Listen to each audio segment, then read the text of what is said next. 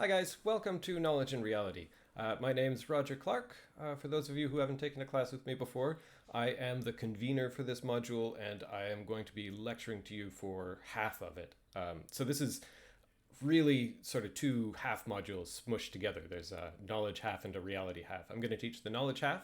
So in the first 5 weeks, I will be teaching you about epistemology, which is the philosophy of knowledge and rationality and things like that. And from week 6 on, Dr. Adrian Downey is going to take over and teach you about metaphysics. That's the reality bit. I'm going to leave the metaphysics stuff for Adrian to tell you about when we get closer to his time to take over. But in this video, I'm going to tell you a bit about what I'm going to cover in the knowledge half of this class. So, let me start by saying I'm teaching this class. I'm trying a slightly different approach to the content this year than I usually take. So here's a standard way of teaching an intro epistemology class. That is the way I was taught when I took my second year epistemology class years ago, and the way that I tend to teach it myself. You approach it much the way you might approach lots of other classes. So there's this common sense concept, knowledge that we use for all kinds of things. You can start approaching the theory of that concept by, I would usually start out by trying to elicit your own intuitions about what the concept is. How do you talk about knowledge? What kinds of things do we know? What kind of things do we obviously not know? What are some boundary cases? And then we'll try and come up with a theory of that kind of thing. And we're going to do some of that business, but that's not how I want to start out. What I want to do instead is try to take a step back and try to get a feeling for why this is a problem. This problem of understanding what knowledge is in some ways quite different from other philosophical concepts. So it's not just here's this concept, let's figure out what it is. In fact, I think here's something I tend to think as an epistemologist myself. This is my research area. I think epistemologists sometimes focus too much on knowledge and forget that there are other non-knowledge-y epistemological questions that matter. So here's how I want to frame things. Here's sort of the story of this class. Let me show you. So here is our Canvas homepage. I'm going to click over to modules. Here's how I'm breaking things down. So I'm going to talk today a little bit about the first unit, the problem of uncertainty. The next 3 units are what I'm framing as broad sorts of answers to what I'm about to talk about, this thing I'm calling the problem of uncertainty. Broad sorts of answers, that is, ways of approaching the theory of knowledge. Infallibilism, skepticism, fallibilism, as I'm using those terms, are not themselves theories of knowledge. They're not themselves, they don't themselves give you an answer about what do we know and what does it mean to say you know something. But they're approaches to a certain kind of problem. And one part of that approach is giving a certain kind of theory of knowledge, or taking an approach to what a theory of knowledge should do. We'll talk more about those as we get onto them. Our final week, we're going to do some recent. We're going to cover some recent work in what's called social epistemology, which is a very broad umbrella, but generally speaking covers stuff having to do with, it's there in the name, knowledge, understanding, those kinds of things in social kinds of ways, trying to get to grips with the way our behavior as groups, our interactions with each other, and especially these days our interactions online, shape what we know and what we count as knowing, that kind of thing. We'll get onto that later. I just think that stuff is cool. Okay. What is the problem of uncertainty? Here's how I've written it up here. I'm going to use the Canvas page as my slides. So the problem, as I'm framing it, is this. It turns out, and we'll have to argue a bit about this, it turns out there isn't much you can be completely certain about. As I say, the possibility of error is everywhere. The problem is, what should we do about that? Okay.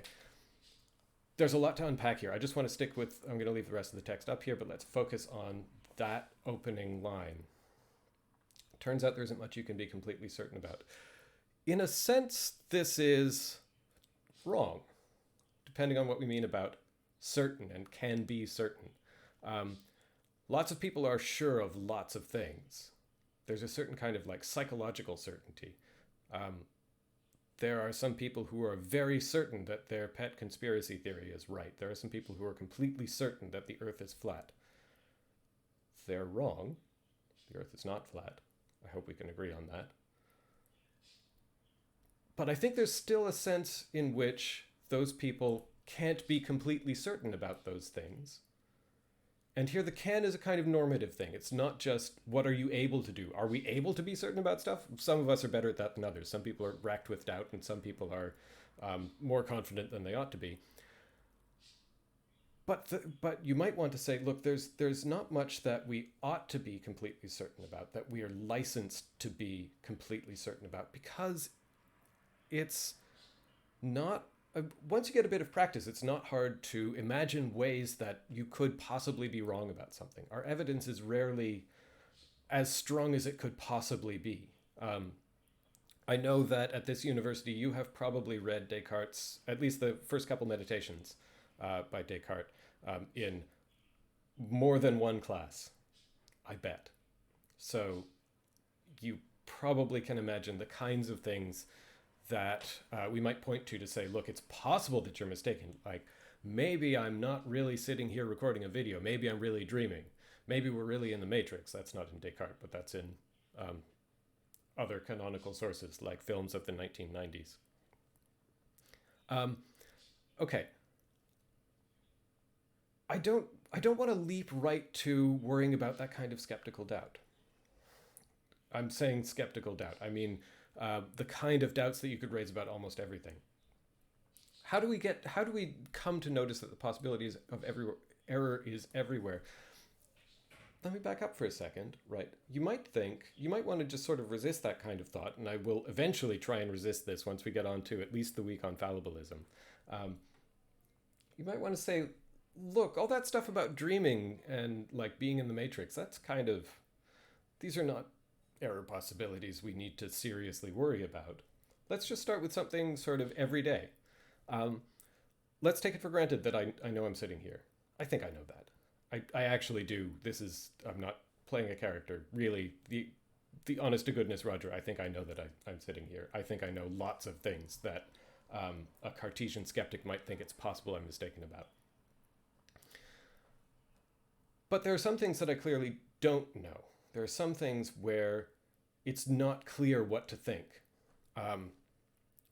There have been vivid examples of this recently, right? There has been, think a few months ago, about a year ago, there were wildly differing opinions about how we should deal with the coronavirus. So different countries took different measures. Different governing bodies said different things about masks, about social distancing, about whether the costs of one or another kind of lockdown are outweighed by the benefits, and so on. Okay. Here's where I think the problem of uncertainty starts. We might want to say, okay, I want to be as sure about the answer to those kinds of questions as I am about the answer to a question like, am I sitting here or am I dreaming? I am totally sure of that I am not dreaming right now, and I think I'm allowed to be. I was not totally sure about what the right answer was to whether we should have a lockdown in, let's say, April of last year, or now. I'm not as sure of that as I am of this, of that I'm sitting here and not dreaming.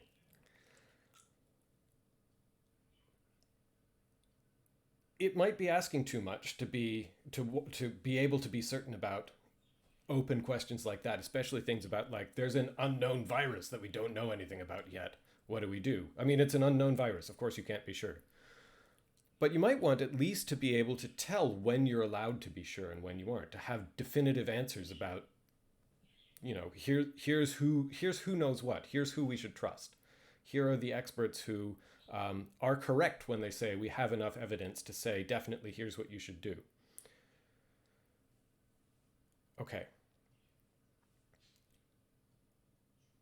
So there are definitely, you don't have to be like a radical Cartesian skeptic. You don't have to be worrying about whether we can dream or not to start answering the question, what do we do in these kind of open cases or cases of disagreement?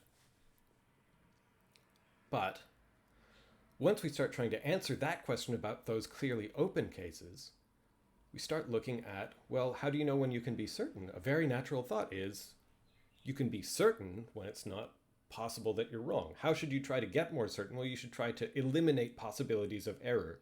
If we can see, here's a way you might be mistaken. If, let's say, your data are based on a biased sample of the population, well, then you should go and get a less biased sample of the population. If it's possible that, heck, I'm stumbling now. If it's possible that you're mistaken in a certain kind of way, you should go out and try to eliminate that kind of mistake. When can you be certain? When you've eliminated the possibility that you're wrong. And then we start realizing there are lots of ways of being mistaken. There are lots of ways that we can be mistaken about all kinds of things. So where do we cut things off and say, now you're allowed to be certain? Cut things off before we get to you have to be able to prove that you're not being massively deceived by an evil demon who wants you to be mistaken about stuff. Okay.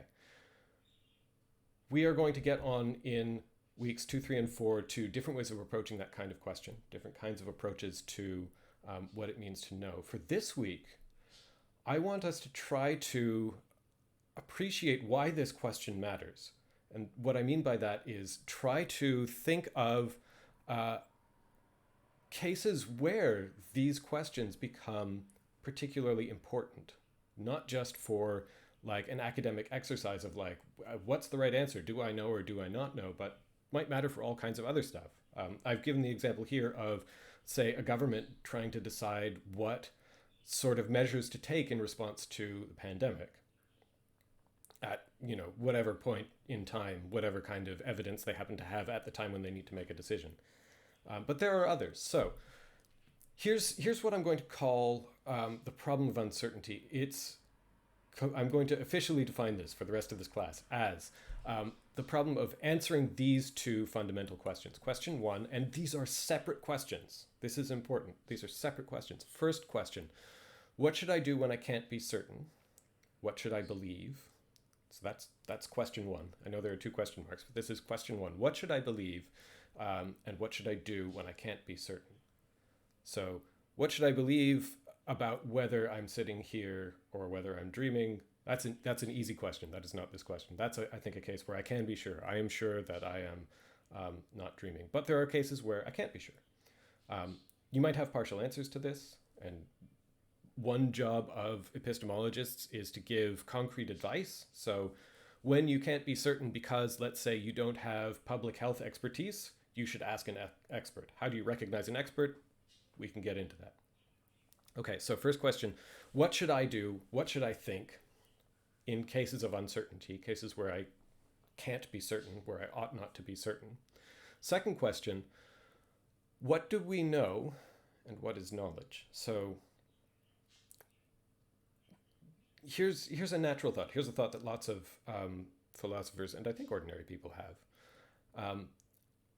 When your beliefs go right, when you believe something properly and there's nothing wrong with your opinions, your beliefs, that's knowledge.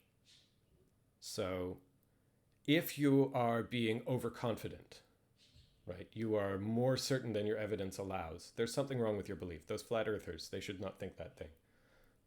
So that's not knowledge. Those flat earthers also, they're just mistaken. The fact that even if they're being responsible. So like,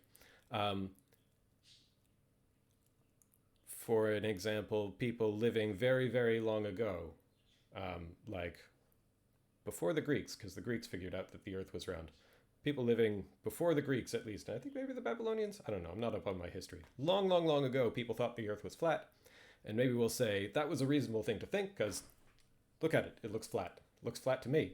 If that's all you have to go by, it's reasonable to think it's flat. But it's still not knowledge because there's something wrong with it, namely, it's mistaken. That's not actually true. Pre-Copernican astronomers thought that the sun revolved around the earth. We might want to say that was reasonable sure looks like that's what it's doing, but they didn't know that because it's not true. Okay. Part of the contrast between these two questions, what should I do when I can't be certain? What should I believe? Versus what do we know? What is knowledge? Part of it is the first question is about belief. It's about what you should do, what you should believe. The second one is about what knowledge is. So those are like two different concepts. They're related, but they're different. That's one difference. Second difference, the first one is like first person singular. This is about like how to act, how to believe, what to think.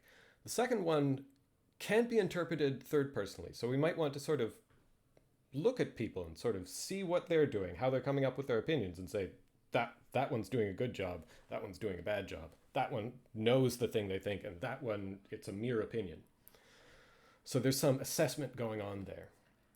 You might want to say, there might be cases where somebody is doing everything that they should given how things look from their perspective. So we get one answer about what they should believe on question one, but we get a different answer about whether they know or not. So like those people living very, very long ago who thought the earth was flat, I might say, in fact, they should have believed the earth was flat because that's how it looked. That was the reasonable thing to do. If they had somehow thought the earth was round without having any reason to think so, they'd be doing something weird and kind of suspect. But I don't want to say that that they knew that thing. So, okay. The two parts of question two, which things do we know and which things don't we? Second part, what does it mean to say somebody knows something? So when we come up with a theory of knowledge, that's going to be something like unpacking what it means to say somebody knows something. Okay. I said I want to spend this week on focusing on cases where these questions matter. For that reason, this week you are going to be watching and listening to a film and a podcast. So I want you to get sort of two. I want these things to push you in two opposite directions. So number one, the film. I've got a separate video framing this for you. This is a film on Netflix called Come Sunday. This is a case where I think people, the characters involved, are worried about this kind of uncertainty. There's a question that they want to get the right answer to, that they need to get the right answer to. And they really care about who knows, what it takes to know something, and what they ought to believe in this situation of uncertainty. So that's a case where we want to know things, and you might have this temptation to say, nobody here really knows any of the things, and they should all avoid having beliefs. They should try not to be so confident. Okay. The second thing, the podcast from Hi-Fi Nation. This is something that I think pushes in the other direction. And I really wanted something like that here because when I've taught this in the past, I think this is very common. A certain proportion of students who take the class with me, I think, tend to think, focus on these possibilities of error and how they're everywhere. Focus on how people are very often more certain than they have a right to be. Students sometimes get this feeling that, look, we're just all overconfident, and if we're really strict about things, then we'll just say nobody knows very much. And it's easy to just say, we're all hypocrites. Nobody knows anything. That's all. Here's what I want you to get out of the Hi-Fi Nation episode. This is a case where saying that people don't know something is letting them off the hook. So this is going to be looking at criminal justice type stuff, and in particular the concept of mens rea, the guilty mind. So, right, we will talk about that in the tutorial. I want you to listen to the thing, and then we'll talk about the epistemology involved. But there are going to be cases here where if you say a person didn't know what was going to happen, that's an excuse for them to get off the hook. So, okay, I think of these two things that I want you to consume in time for the tutorials at the end of week one. What I want you to get out of those two things is, on the one hand, cases where there's where we want to know things. Knowledge is something that we seek. And in the second case, cases where we benefit from being able to deny that we know things. So if we get, this is where you get interesting and difficult philosophical puzzles where you have sort of pressure in both directions. Something saying, I want to be able to achieve knowledge, and something else saying, I want to be able to deny that I know something. And if we can find those meeting somewhere, that's going to squeeze us into the right place for a correct theory. I've rambled on longer than I intended to, so I'm just going to click stop now and we'll talk soon. Bye bye.